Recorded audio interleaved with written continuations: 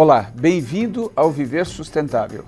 No programa de hoje vamos falar sobre os diversos tipos de transportes, de passageiros e de cargas, e de como estes modais e sua logística impactam o meio ambiente. Washington Luiz foi presidente da República do Brasil entre os anos de 1927 e 1930. O lema da sua administração era governar é abrir estradas. Tratava-se, na época, de uma estratégia de governo voltada para o crescimento econômico e social, pois nosso país não tinha uma plena integração nacional e a economia passava por dificuldades, devido às crises do café, da borracha e do cacau. Nada mais imperativo, portanto, de que o governo federal ter como meta abrir novos canais para escoamento de matérias-primas e de produtos agrícolas e industriais e, dessa forma, gerar novos polos de desenvolvimento. De lá para cá, tivemos 18 presidentes da República no Brasil que governaram em regimes democráticos ou ditatoriais, nacionalistas, neoliberais ou populistas. Infelizmente, nos últimos 100 anos, governar continuou sendo sinônimo de construir estradas de rodagem. E o que é pior, as políticas públicas dos governos estaduais e federal desestimularam os investimentos para ampliar e fazer a manutenção da malha ferroviária e hidroviária. Isso levou ao sucateamento de boa parte das mesmas, sem, contudo, promover a manutenção adequada da malha rodoviária. Segundo pesquisa recente da Confederação Nacional dos Transportes, 85% da malha rodoviária se encontra em estado ruim ou péssimo, o que acarreta aumento no consumo de combustíveis, na manutenção dos veículos, no tempo de viagem e nos acidentes. A maior eficiência e sustentabilidade dos transportes depende da integração dos modais rodoviário, hidroviário, ferroviário, dutoviário e aeroviário, de tal forma que o transporte de matérias-primas e de produtos finais se dê com menor consumo de combustível por tonelada transportada. Com dados fornecidos pelo Ministério dos Transportes, vamos ver agora estudo comparativo dos diversos meios de transporte. Como se pode notar, a hidrovia é o modal onde há o menor consumo de combustíveis, seguido da ferrovia, onde, para se transportar a mesma carga, gasta-se o dobro de combustível. Por outro lado, o transporte pela rodovia consome quase 20 vezes mais do que o transporte hidroviário. Quanto à eficiência energética, nota-se que uma carga transportada pela hidrovia é 7 vezes mais eficiente que a ferrovia e 30 vezes mais que a rodovia. Este gráfico mostra que, para se transportar uma carga por rodovia, emite-se 6 vezes mais gás carbônico do que pela hidrovia. A carga transportada na hidrovia por um comboio composto de apenas 2 chatas e um empurrador, medindo aproximadamente 150 metros, se fosse transportada por ferrovia, precisaria de 86 vagões de 70 toneladas e teria uma extensão de 1,7 quilômetro. Ao passo que essa mesma carga, se fosse transportada por rodovia, precisaria de 172 carretas de 35 toneladas e ocuparia 3,5 quilômetros de uma estrada de rodagem. A pergunta que o telespectador deve estar fazendo é: se a hidrovia é tão eficiente e emite bem menos gases do efeito estufa que os demais modais, por que ela é tão subutilizada no Brasil? Como podemos notar neste diagrama da matriz de transportes no estado de São Paulo, a hidrovia responde por apenas 0,5% das cargas transportadas no estado de São Paulo, enquanto a ferrovia responde por 5,2% e o modal rodoviário por 92,5%, revelando uma total ineficiência no consumo de combustível e energia. Isto vem ocorrendo, como já dissemos anteriormente, em decorrência das políticas públicas terem privilegiado o transporte sobre pneus em detrimento das ferrovias e hidrovias. Na segunda parte do nosso programa, vamos ver como o governo do estado de São Paulo, com apoio do governo federal, está investindo na ampliação e na recuperação da hidrovia Tietê-Paraná. Olho vivo, consumidor! Depois dos anos 50, o consumo de água triplicou em todo o mundo. As pessoas passaram a consumir o dobro de água que seus ancestrais. Além disso, a cada 1.000 litros de água utilizada pelo homem, resultam em 10.000 litros de água poluída. Portanto, faça a sua parte e evite desperdícios.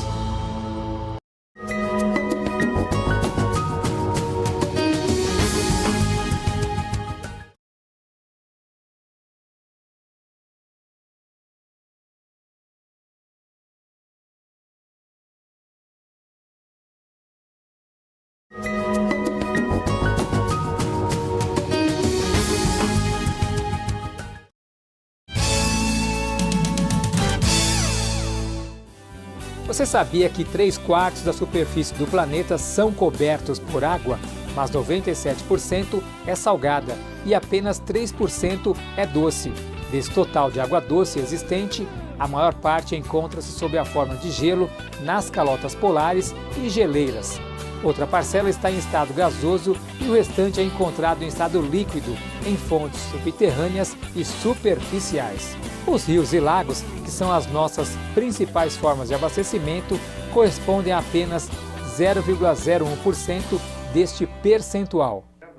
Como vimos no bloco anterior, a hidrovia é o melhor modal para transporte a longa distância de matérias-primas de baixo e médio valor agregado, como cimento, areia, calcário, madeira, celulose, etanol, açúcar, cana, defensivos e outros produtos. Embora a natureza tenha sido pródiga e o Brasil tenha uma das maiores redes fluviais do planeta, paradoxalmente, temos uma das menores redes de transporte hidroviário do mundo.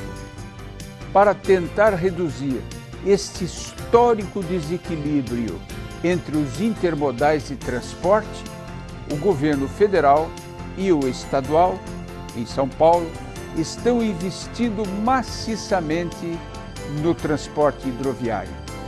A somatória dos recursos destinados à recuperação e ampliação da hidrovia Tietê-Paraná somam R$ 1,4 bilhão. Vamos agora conhecer alguns detalhes deste projeto que está sendo gerenciado pelo Departamento Hidroviário do Estado de São Paulo. Eliminação de gargalos, como ampliação de vãos de pontes e proteção de pilares. Ampliação e retificação de canais. Melhorias nas eclusas. Extensão até o rio Piracicaba. Construção de novos terminais. Ampliação dos dispositivos de segurança e balizamento. Recentemente, na cidade de Piracicaba, estado de São Paulo, realizou-se um seminário que reuniu lideranças políticas, empresariais e comunitárias, além de ambientalistas, para discutir a ampliação da hidrovia Tietê-Paraná até aquela cidade.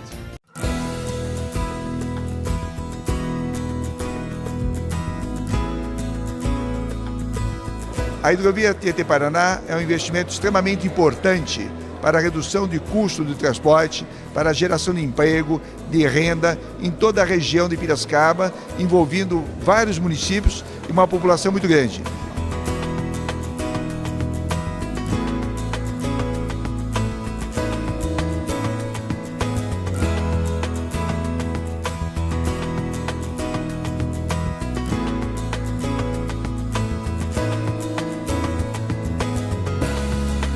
E a hidrovia reduz custos, contribui para o desenvolvimento ambiental, porque ela tem menos poluição e permite reduzir a carga das mercadorias transportadas por caminhões. – 93% do transporte aqui no estado de São Paulo é feito por rodovia. Não existe lugar do mundo nenhum que haja esse percentual em transporte rodoviário.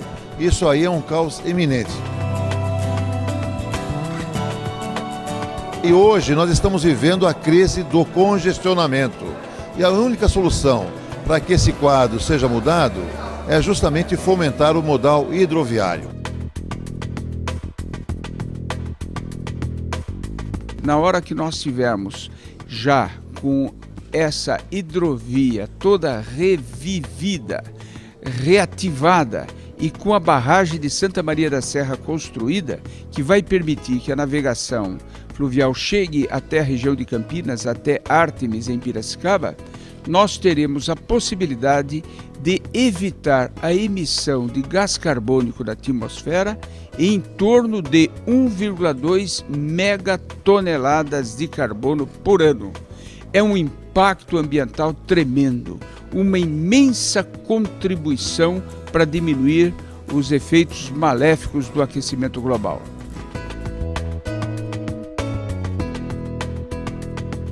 A hidrovia não anda sem a ferrovia e a ferrovia não anda sem a hidrovia.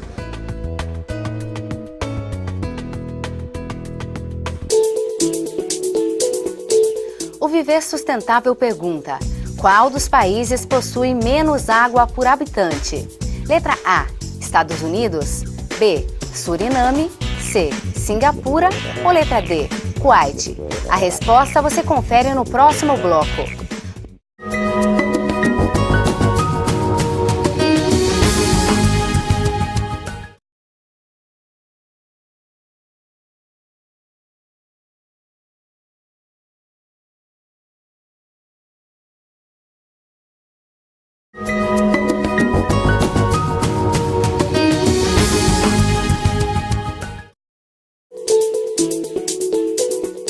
No bloco anterior, o Viver Sustentável perguntou qual país possui menos água por habitante.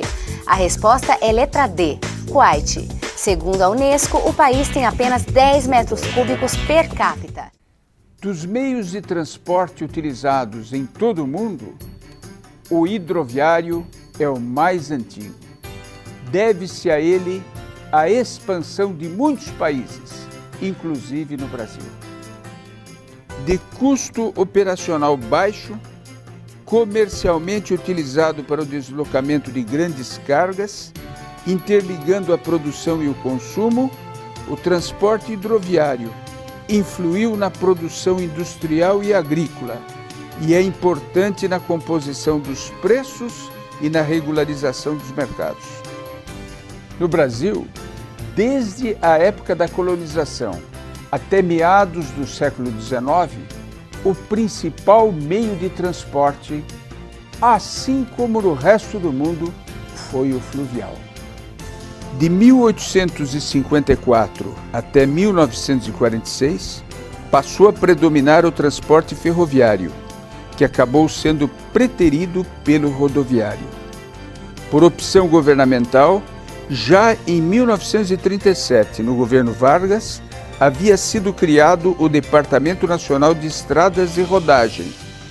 Porém, foi a partir de 1950 que ocorreu a grande expansão da rede rodoviária nacional, relegando ao abandono as ferrovias e as hidrovias. Isto, sem dúvida, constituiu-se em grave erro estratégico, devido ao alto custo do transporte rodoviário e pela excessiva poluição ambiental provocada pelos motores de combustão interna, uma das principais causas do efeito estufa que hoje aflige o planeta.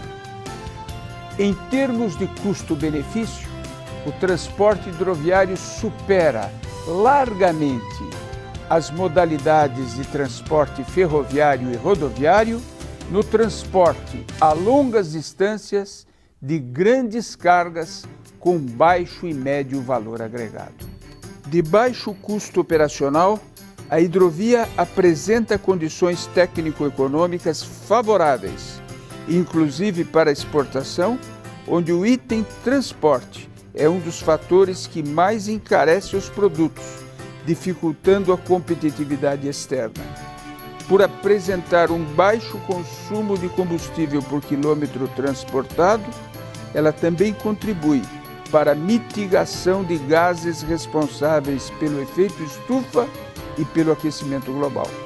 Com seus 2.400 quilômetros de extensão, a hidrovia Tietê-Paraná vem exercendo influência sobre uma área de 1,5 milhão de quilômetros quadrados.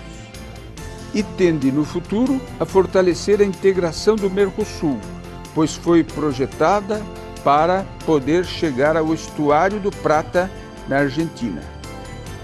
O objetivo de anexar a ela o rio Piracicaba é fazer com que sua influência também beneficie a região do Vale do Piracicaba e, por extensão, a região de Campinas e a Grande São Paulo, indo por via férrea até o Porto de Santos.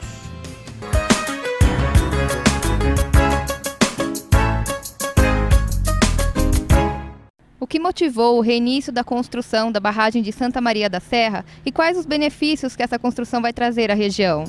A construção da barragem de Santa Maria da Serra visa estender a navegação fluvial até o rio Piracicaba e integrá-lo à hidrovia Tietê-Paraná.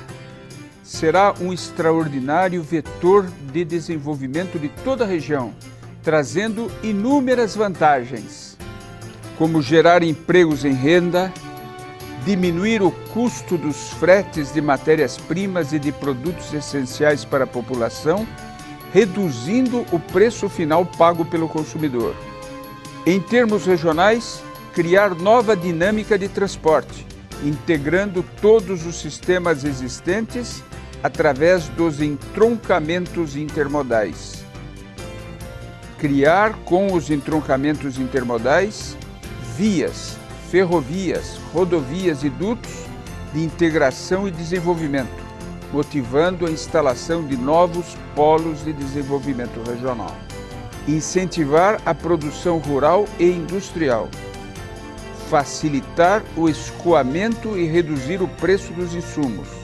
Abrir novas frentes para o turismo, importantes para o comércio e a hotelaria. Professor, qual a importância turística da hidrovia para a região?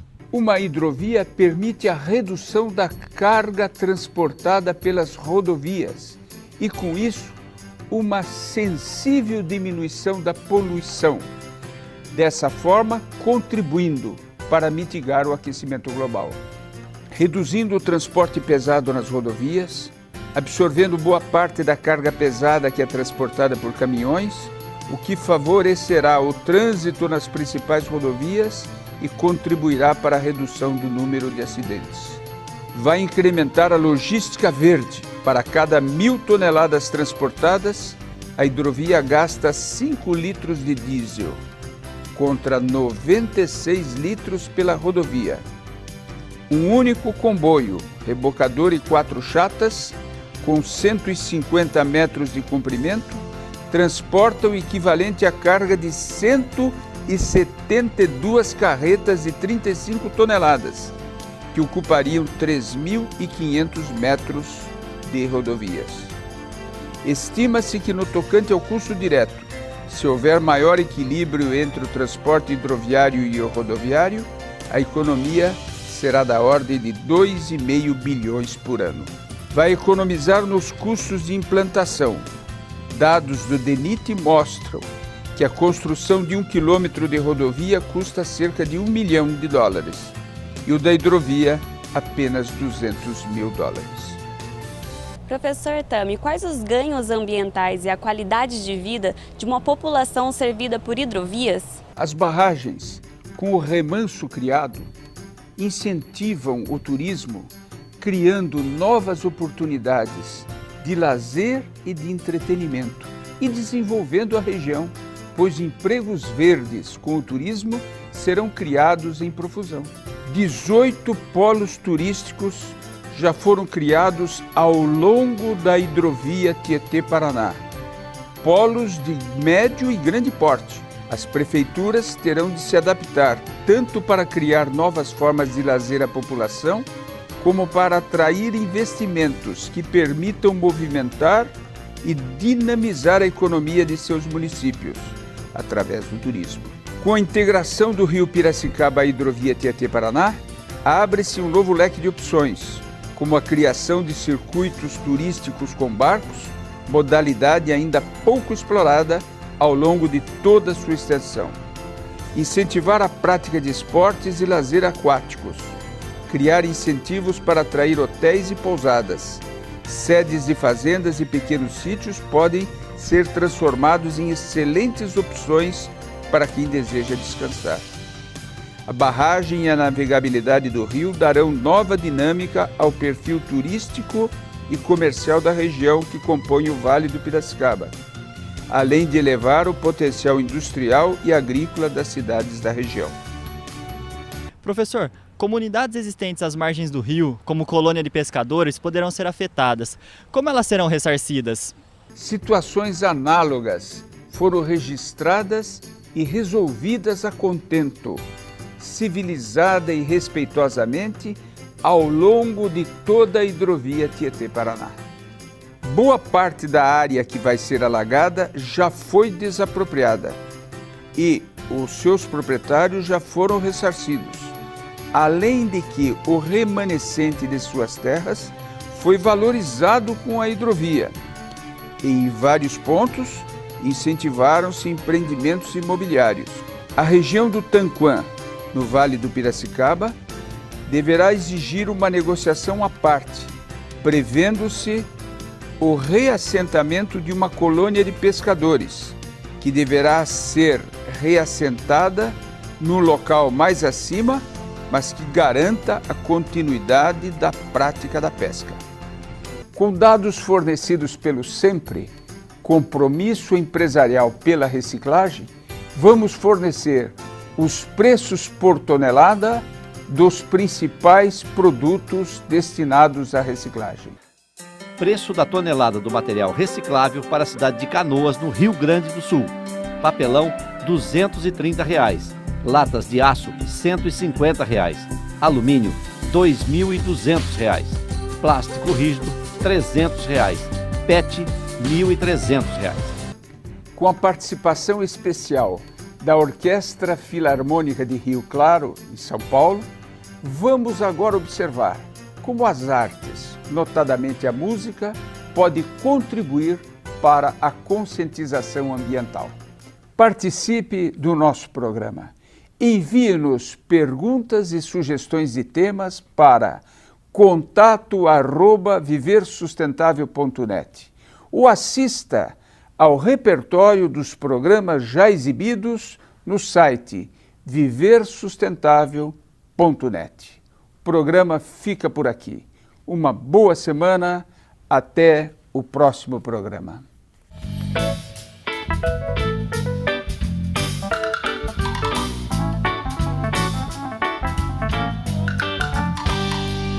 O homem chega, já desfaz a natureza, tira a gente, põe represa, diz que tudo vai mudar. O São Francisco lá pra cima da Bahia diz que dia menos dia vai subir bem devagar. E passo a passo vai cumprindo a profecia do beato que dizia que o sertão ia alagar. O sertão vai virar mar, tá no coração, com medo que algum dia o mar também vire sertão.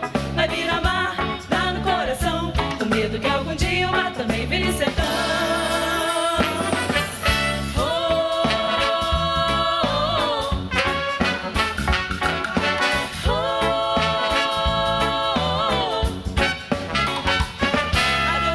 Casa Nova, Centro Sé, adeus Pilão, Acado, vem o rio te engolir.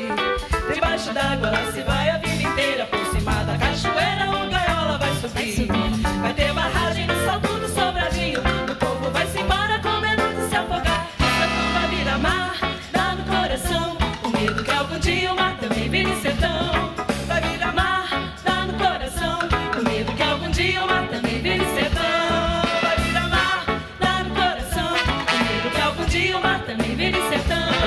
Vai virar mar, dá no coração. O medo que algum dia o mar também vire sertão.